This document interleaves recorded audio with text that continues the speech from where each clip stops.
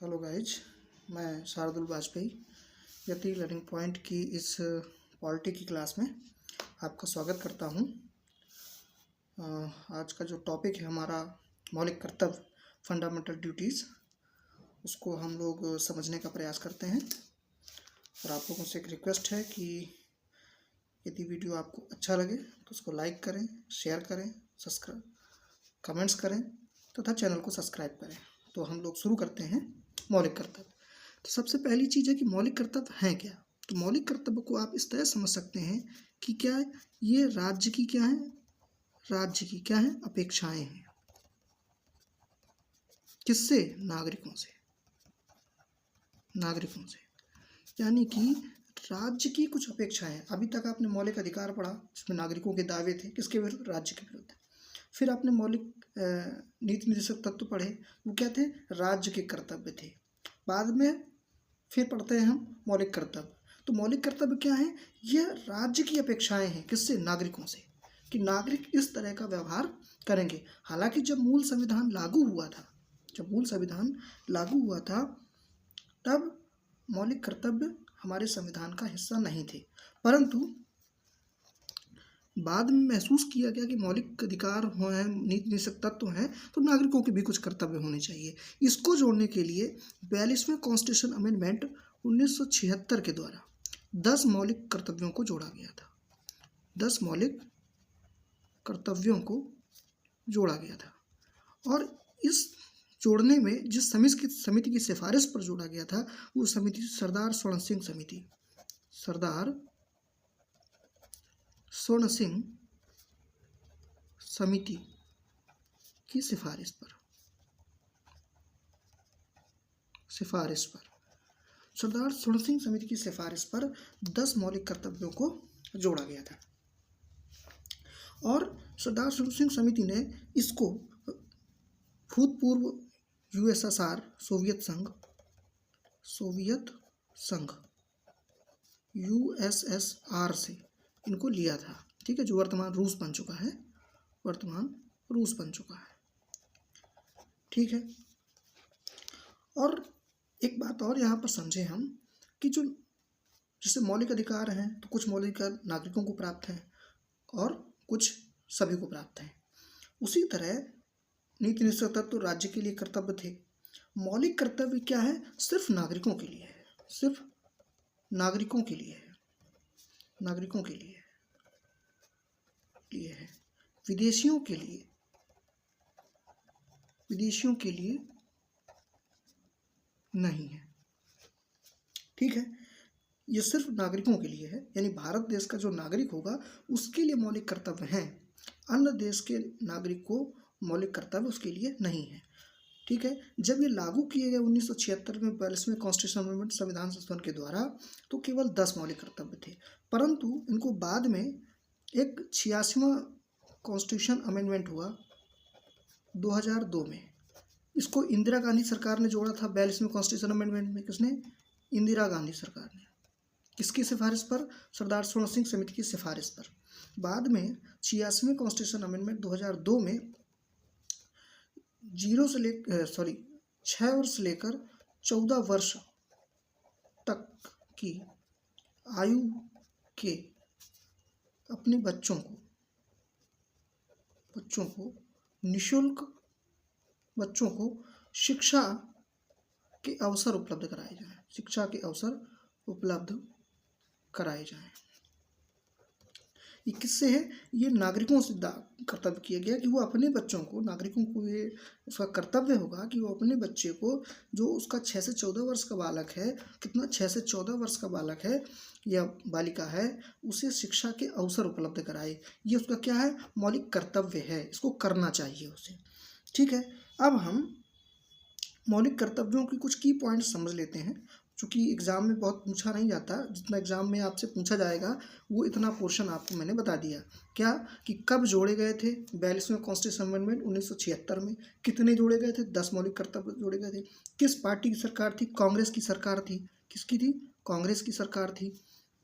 ठीक है, कौन प्रधानमंत्री था? इंदिरा गांधी प्रधानमंत्री थी। किस समिति की सिफारिश पर जोड़े गए थे? सरदार सुरन सिंह समिति की सिफारिश पर जोड़े गए थे। कहाँ से लिए गए हैं? सोवियत संघ रूस से लिए गए हैं। ठीक है, सिर्फ, और इसके बाद ये सिर्फ नागरिकों के लिए है, विदेशियों के लिए नहीं है। इसके बाद इसमें कब संशोधन किया गया? तो 86वां कॉन्स्टिट्यूशन अमेंडमेंट 2002 में 6 से लेकर 14 वर्ष के जो बच्चे हैं वो अपने अभिभावक, उनके अभिभावकों का कर्तव्य है कि वह अपने बच्चों को शिक्षा के अवसर उपलब्ध कराए। ठीक, इस तरह से ये हमने पढ़ लिया।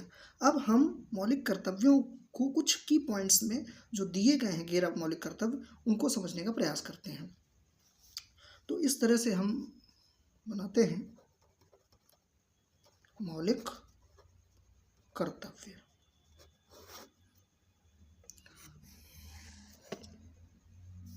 इस तरह से यहाँ समझने का हम प्रयास करते हैं। तो पहला मौलिक कर्तव्य है राष्ट्रीयता का सम्मान करें। राष्ट्रीयता का सम्मान करें। राष्ट्रीयता का सम्मान का इन द सेंस कि जो हमारे संविधान का पालन करें, ठीक है, और उसके जो आदर्श हैं, राष्ट्रीय संस्थाएं हैं, पार्लियामेंट है, सुप्रीम कोर्ट है, ठीक है, राष्ट्रध्वज है, राष्ट्रगान है, ठीक है, राष्ट्रीय गीत है, इनका सम्मान करना चाहिए, इनका आदर करना चाहिए। दूसरा पॉइंट हम इसको लिख सकते हैं कि स्वतंत्रता आंदोलन को, जो आंदोलन था, आंदोलन को प्रेरित करने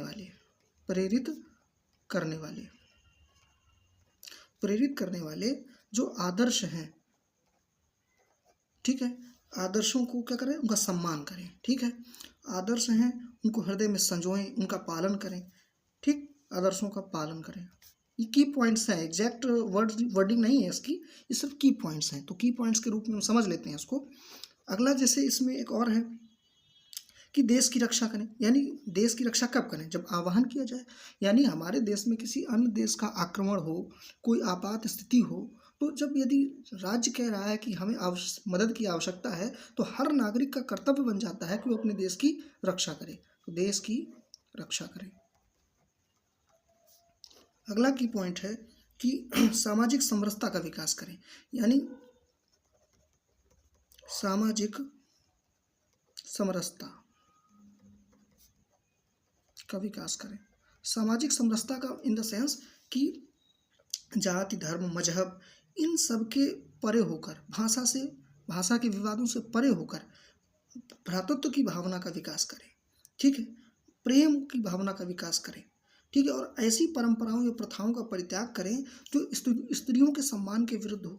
ठीक है, महिलाओं के सम्मान के विरुद्ध हो, ऐसी भी कोई परंपरा का हमें त्याग कर देना चाहिए। ये सामाजिक समरसता का विकास मतलब की पॉइंट्स है। फिर भारत की जो संप्रभुता है, सॉवरेनिटी है, इंटीग्रिटी है, ठीक है, यूनिटी है, इसकी रक्षा करें और इसको अक्षुण्ण बनाए रखें। ठीक है, तो भारत की संप्रभुता, एकता, अखंडता की रक्षा करें। संप्रभुता, एकता और अखंडता की रक्षा करें, उसे अक्षुण्ण बनाए रखें, अक्षुण्ण बनाएं। ठीक है, जो क्षरित, अक्षुण्ण का मतलब जो क्षरित ना हो, टूटे ना, हमेशा भारत देश मजबूती के साथ इसी तरह खड़ा रहे। इसके बाद हम दूसरी चीज़ों को समझते हैं कि जो हमारी गौरवशाली संस्कृति है, ठीक है, जो गौरवशाली सामाजिक संस्कृति है, गौरवशाली सामाजिक संस्कृति, सामाजिक का मतलब जो सबको जोड़कर बनी हो। ठीक है ना, सामाजिक का मतलब यह है कि जो सबको जोड़कर बनी हो, जिसमें सबकी सहभागिता हो। तो सामाजिक संस्कृति के महत्व को समझें, संस्कृति के महत्व को समझें, ठीक है, और उसका पालन करें। समझें और पालन करें। इसके बाद अगला की पॉइंट हम इसको समझें कि जो पर्यावरण है, ठीक है, तो पर्यावरण की रक्षा करें। पर्यावरण के अंतर्गत नदी, झील, पर्वत, पहाड़, वन, इन सब की हमको रक्षा करनी चाहिए। ठीक है, और इनका संरक्षण करना चाहिए। तथा वनों में रहने वाले जो जीव हैं या हमारे समाज में रहने वाले जो भी प्राणी हैं, तो प्राणी मात्र के प्रति दया का भाव रखें।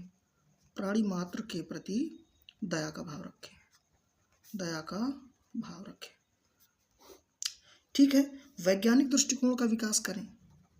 यानी कि परंपराएं हैं हमारी, लेकिन वो परंपराएं यदि विज्ञान की दृष्टि में महत्वपूर्ण नहीं है और वैज्ञानिक दृष्टिकोण उसमें फिट नहीं बैठती हैं, वैज्ञानिक दृष्टिकोण में फिट नहीं बैठती हैं, तो ऐसी प्रथाओं का परित्याग भी कर देना चाहिए। तो वैज्ञानिक दृष्टिकोण का विकास करना चाहिए,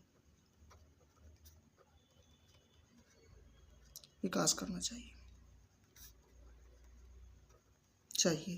ठीक है। फिर सार्वजनिक संपत्ति, यानी कि जो सरकारी संपत्ति है वो हम सब की संपत्ति है, तो सार्वजनिक संपत्ति की रक्षा करें और हिंसा ना करें। सार्वजनिक, चूँकि अक्सर देखा जाता है कि जब भी कभी कोई आंदोलन या कोई हड़ताल या बंद होता है तो उसमें लोग सार्वजनिक संपत्ति को नुकसान पहुंचाते हैं, इसलिए मौलिक कर्तव्य जोड़ा गया कि सार्वजनिक संपत्ति की रक्षा करें और कभी भी हिंसा का सहारा ना लें। ठीक है। अहिंसा के माध्यम से अपनी बात कही जा सकती है, करें और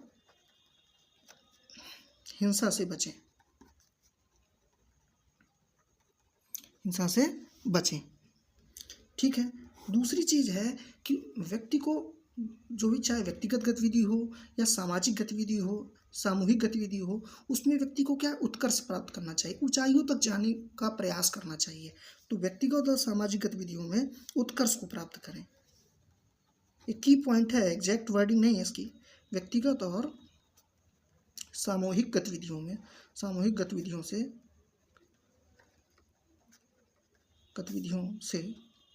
व्यक्तिगत और सामूहिक गतिविधियों से उत्कर्ष को प्राप्त करना चाहिए।